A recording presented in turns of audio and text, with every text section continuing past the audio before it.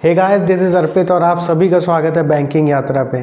India में regional rural banks के merger ये एक बहुत ही बड़ा सवाल बन के रह गया बैंकिंग एक्सपीरियंस के लिए। एंड आई एम श्योर जब ये न्यूज़ आप लोगों ने सुनी होगी तो कई सारे क्वेश्चंस आए होंगे मन में, जिनमें से कि सबसे पहला सवाल होगा कि इन मर्जर की वजह से क्या फ्यूचर में आने वाली आरआरबीज़ की वैकेंसीज़ पे इम्पैक्ट पड़ेगा। तो जवाब है हाँ, बिल्कुल इम्पैक्ट पड़ेगा। इम्पैक्ट क्या होगा ये हम आगे डिस्कस करेंगे। सवाल नंबर 2, जो करंट वैकेंसी चल रही है आरआरबी की, क्या इस पे कोई फ़र्क आएगा या फिर इस पे कोई इम्पैक्ट आएगा। और सवाल नंबर 3, अगर आप इसके बाद आरआरबी पीओ या फिर एज अ क्लर्क ज्वाइन करते हो तो आपकी वर्किंग स्टाइल पे, वर्क लाइफ बैलेंस पे या फिर वर्क मैनेजमेंट पे क्या फ़र्क आ सकता है इस मर्जर की वजह से।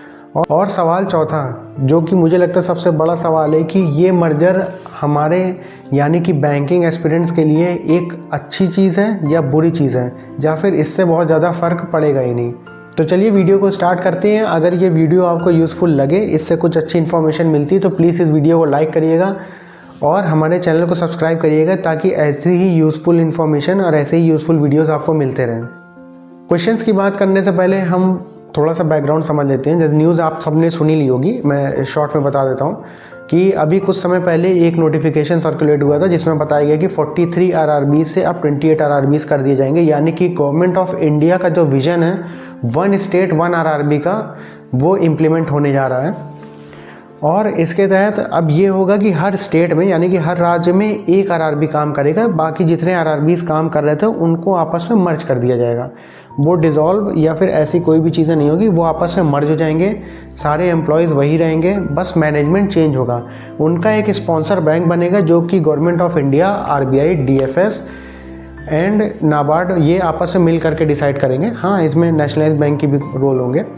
तो कोई एक नेशनलाइज बैंक उनका स्पॉन्सर बैंक बनेगा।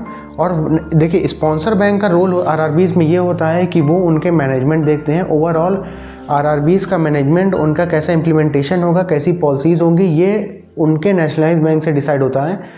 मोस्ट आरआरबीज़ जो है सॉफ्टवेयर और टेक्नोलॉजी भी अपने स्पॉन्सर बैंक की यूज़ करते हैं। तो आरआरबीज़ में स्पॉन्सर बैंक का एक बहुत बड़ा रोल होता है। ठीक है, जस्ट लाइक कि जैसे उसी नोटिफिकेशन में कौन से स्टेट में कौन सा स्पॉन्सर बैंक होगा वो भी डिसाइड हुआ। बहुत सारे नेशनलाइज बैंक ने अप्लाई किया था उस चीज़ के लिए। जैसे कि अगर हम उत्तर प्रदेश की बात करें तो यहाँ पे बैंक ऑफ बड़ौदा को स्पॉन्सर बैंक बनाया गया है। यानी कि जो भी एक आरआरबी मर्जर के बाद जो एक एंटिटी बनेगी, उसका जो फुल इम्प्लीमेंटेशन मतलब फुल मैनेजमेंट है वो आपका बैंक ऑफ बड़ौदा देखेगा। ठीक है, तो चलिए अब क्वेश्चंस की बात करते हैं कि इन मर्जर की, अगर ऐसा मर्जर होता है या ऐसा मर्जर जल्दी अगर मान लीजिए अगले 3-4 महीने में हमें देखने को मिलता है, तो क्या जो फ्यूचर में आने वाली वैकेंसीज़ हैं यानी कि 2025-26 में जो आने वाली वैकेंसीज़ हैं, क्या इनमें बहुत ज़्यादा इम्पैक्ट पड़ेगा। तो देखिए, इम्पैक्ट तो पड़ेगा, इस बात से कोई इनकार नहीं कर सकता कि कोई भी इम्पैक्ट नहीं होगा। हाँ, ये मानते हैं कि बहुत ही मिनिमम या फिर बहुत ही माइनर इम्पैक्ट होगा। जस्ट लाइक कि अगर हमारी 5000 वैकेंसीज़ आ रही हैं तो हो सकता है कि वो 45 हो, या फिर ऐसा भी हो सकता है कि वो 5500 हो जाए। तो बहुत ही छोटा सा इम्पैक्ट आएगा, कुछ बहुत ज़्यादा इम्पैक्ट नहीं पड़ने वाला आपका इस मर्जर की वजह से। और ये मत सोच करके इस वजह से अपनी तैयारी को बंद मत करिएगा। ऐसा कुछ नहीं होने वाला कि 5000 वैकेंसीज़ आ रही थी तो वो 1000 हो जाएंगी या सीधा 1500 हो जाएंगी, अब हमारे कैरियर का क्या होगा। इस तरीके के बहुत सारे सवाल आते हैं। मैं मानता हूँ जब आप तैयारी कर रहे हो एक लेवल के बाद आपकी प्रिपरेशन हो जाती है, फ्रस्ट्रेशन होती है इन सब चीज़ों की वजह से, बट उस चीज़ को साइड में करके अपनी तैयारी को जारी रखना है। बहुत ज़्यादा इम्पैक्ट नहीं आएगा, ये मैं श्योर हूँ, और इसलिए आपको क्लियर बता रहा हूँ। आप अपनी प्रिपरेशन फुल फ्लेज में रखो।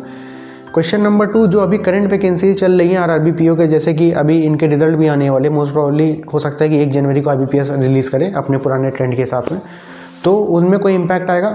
बहुत ज़्यादा ऐसा कोई इम्पैक्ट मुझे अभी तक देखने में नहीं लग रहा है। जैसे कि मैं भी वर्क कर रहा हूँ तो इंटरनल मैनेजमेंट या फिर इंटरनल वर्किंग के हिसाब से ऐसा कुछ भी समझ में नहीं आ रहा है कि जो नए रिक्रूटमेंट है उनमें बहुत ज़्यादा फ़र्क आएगा। हो सकता है कि आपकी जो ज्वाइनिंग है वो मार्च अप्रैल में करा दी जाए। हाँ, ये चीज़ अभी डिसाइड नहीं कर सकते कि देखिए जहाँ पे भी इम्प्लीमेंट होना है तो मोस्ट प्रोबेबली जहाँ तक मुझे अभी समझ में आ रहा है 1 अप्रैल से न्यू एंटिटी बन जाएगी। जो भी उनके नाम होंगे वो डिसाइड होंगे और न्यू एंटिटी बन जाएगी। तो ऐसा हो सकता है कि आपकी जो ज्वाइनिंग है वो नए एंटिटी में कराई जाए, अलग अलग जो 2-3 बैंक्स काम कर रहे हैं उस स्टेट में उसमें ना कराई जाए।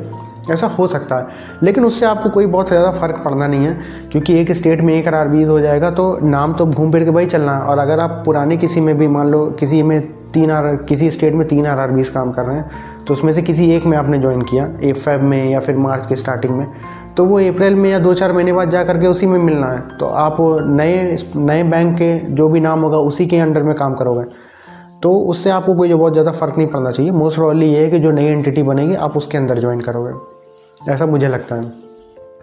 क्वेश्चन नंबर 3 कि जो नया एंटिटी बनेगी उससे अगर जब हम ज्वाइन करते हैं तो क्या हमारे वर्क लाइफ बैलेंस पे या फिर वर्क मैनेजमेंट पे ले लीजिए या फिर वर्क स्टेबिलिटी में कुछ ज़्यादा फ़र्क आएगा? तो देखिए, जो भी हमारा स्पॉन्सर बैंक बनेगा वहाँ पे कैसा मैनेजमेंट है, वहाँ के मैनेजमेंट की कैसी थॉट्स हैं, कैसी चीज़ें हैं, ये फ़र्क पड़ेगा, ये मैं मानता हूँ।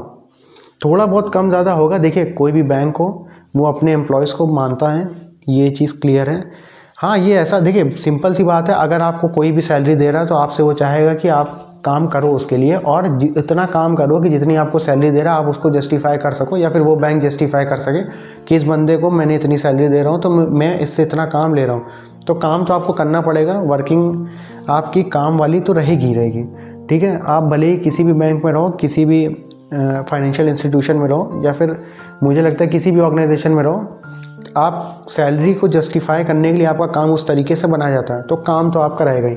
हाँ, रही बात ये कि थोड़ा बहुत मैनेजमेंट का जो स्टैंस है वो थोड़ा सा चेंज होता है, लेकिन बहुत ज़्यादा आपको उससे फ़र्क पड़ना नहीं है, क्योंकि आप नई ज्वाइन करोगे तो किसी भी ऑर्गेनाइजेशन में जाओ या फिर किसी भी इंस्टीट्यूशन में जाओ, फाइनेंशियल इंस्टीट्यूशन में, तो आपके लिए हर चीज़ नई होने वाली, तो आप उसी चीज़ को अडॉप्ट करोगे।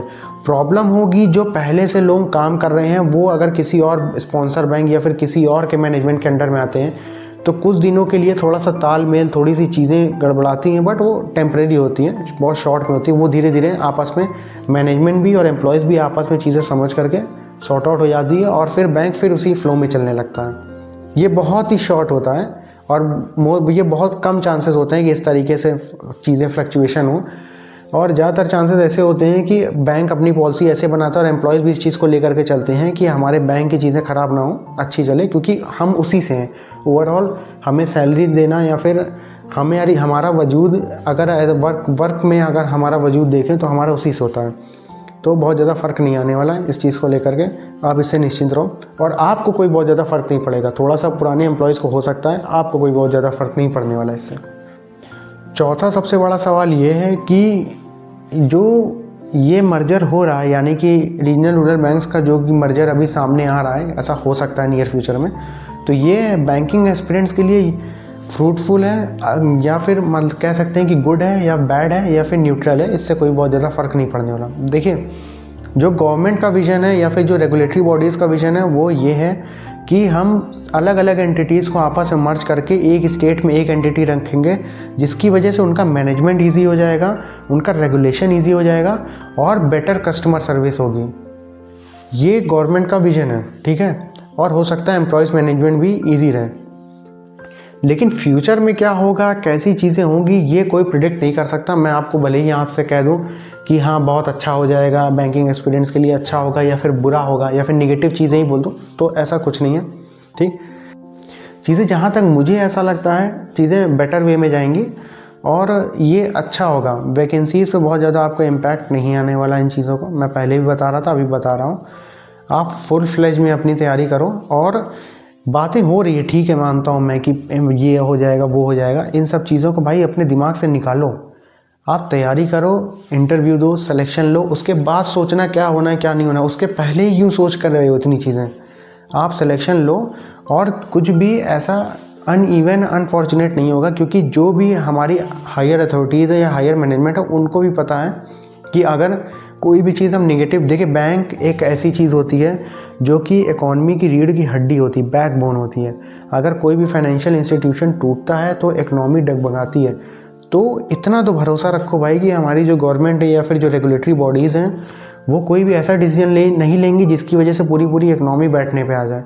अगर वो ले रही हैं तो उस चीज़ के बारे में बहुत कुछ सोचा होगा उन लोगों ने, बहुत कुछ अच्छे तरीके से इम्प्लीमेंट करने का एक प्लान होगा। तो आप इन सब चीज़ों को दिमाग से निकाल दो। आपका काम है तैयारी करना, सिलेक्शन लेना, और सिलेक्शन लेने के बाद अपने पेरेंट्स को प्राउड फील कराना है, ठीक, आप उस चीज़ पे फोकस करो। ये काम जिनका है वो कर रहे हैं, उनको करने दो, बहुत ज़्यादा इम्पैक्ट नहीं आने वाला आपका। ठीक है, तो मन लगा के तैयारी करो। और अगर इससे रिलेटेड कोई भी डाउट आता है आपको, प्रिपरेशन से रिलेटेड या फिर बैंकिंग जर्नी में कोई भी छोटी से छोटी बात हो रही है, पर्सनल मैनेजमेंट कैसे करें, टाइम मैनेजमेंट एंड ऑल, या फिर कोई सर्टिफिकेट, जैसे अभी कुछ क्वेश्चंस आए थे मेरे पास कि SBI क्लर्क में सर्टिफिकेट मांगता है कि नहीं मांगता, इस तरह के कोई भी क्वेश्चन है आप कमेंट बॉक्स में कमेंट करो, हम आपका रिप्लाई ज़रूर करेंगे। तो चलिए अब पढ़ाई अपनी शुरू करिए, मिलते हैं नेक्स्ट वीडियो में, तब तक के लिए थैंक यू।